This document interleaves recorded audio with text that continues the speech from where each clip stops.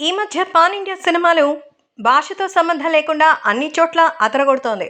కథ బావుంటే మన తెలుగు సినిమాలు పరాయి రాష్ట్రం నుంచి, అంతెందుకు పరాయి దేశం నుంచి వచ్చినా స్వాగతిస్తారు.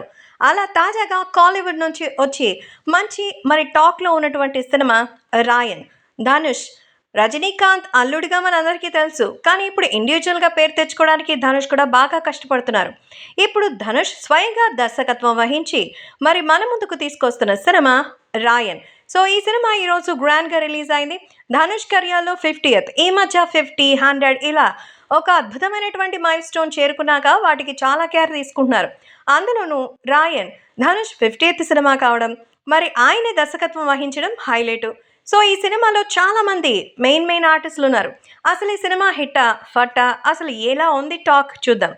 సో ఈ సినిమాలో ప్రముఖ డైరెక్టర్ కమ్ యాక్టర్ ఎస్.జె. సూర్య, విలక్షణ నటుడు ప్రకాష్ రాజ్, అలాగే వర్స్టైల్ యాక్ట్రెస్ వరలక్ష్మి శరత్ కుమార్, ఇక మన ధనుష్ వాళ్ళ అన్నయ్య డైరెక్టర్ సెల్వరాఘవన్ కూడా ఇందులో ఉన్నారు. సో ఎంతో అద్భుతమైనటువంటి మరొక మలయాళ యాక్ట్రెస్ అపర్ణ బాలమురళి, దసరా విజయ్ లాంటి వాళ్ళు ఈ సినిమాలో నటించారు. ఈరోజు ప్రేక్షకులకు ముందు వచ్చిన ఈ సినిమా గురించిన వివరాల్లోకి వెళ్తే, కొందరి మధ్య జరిగే ఆధిపత్య పోరే 'రాయన్'. నాయకుడిగా ఎదిగిన హీరోకు చెక్ పెట్టడానికి శత్రువులందరూ ఒక్కటవుతారు.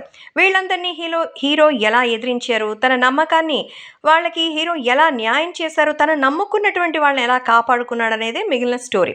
ఫస్ట్ హాఫ్ అంతా బాగుంది, ఇంటర్వెల్ కూడా అదరగొట్టేశాడట. సెకండ్ హాఫ్ మంచి స్టఫ్ దొరికిందని సినిమా చూసిన వాళ్ళైతే చెప్తున్నారు. కథ పాతదే, అంటే మొత్తం హీరో ఎలివేట్ అవుతాడు, చుట్టూ ఉన్న వాళ్ళందరూ అతన్ని ఆపడానికి ట్రై చేస్తాడు.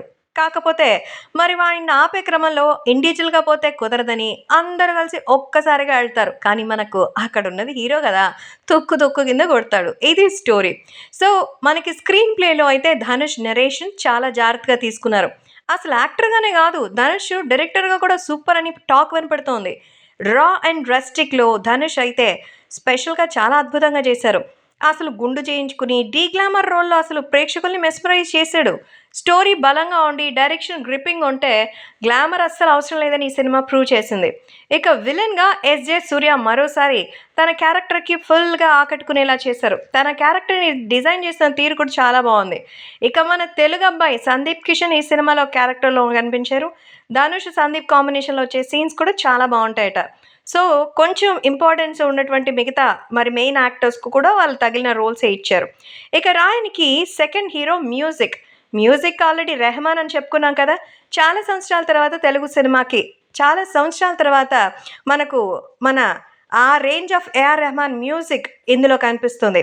సో నిజంగా రెహమాన్ యొక్క మ్యూజిక్ సాంగ్స్లోనే కాదు, బ్యాక్గ్రౌండ్ మ్యూజిక్లో రాయన్ని ఎలివేట్ చేయడానికి సీన్కి అద్దరగొట్టేశాడట. నిజంగా హీరో ధనుష్ అయితే మ్యూజికల్ హీరో రెహమాన్ అని చెప్తున్నారు. సో ఈ సినిమాతో నిజంగా మొత్తానికి ధనుష్ మరో బ్లాక్ బస్టర్ కొట్టారంటున్నారు. మన తెలుగోళ్ళకే ఈ రేంజ్లో ఉంటే ఇక తమిళనాడులో ఆ జాతర చెప్పాల్సిన అవసరం లేదు.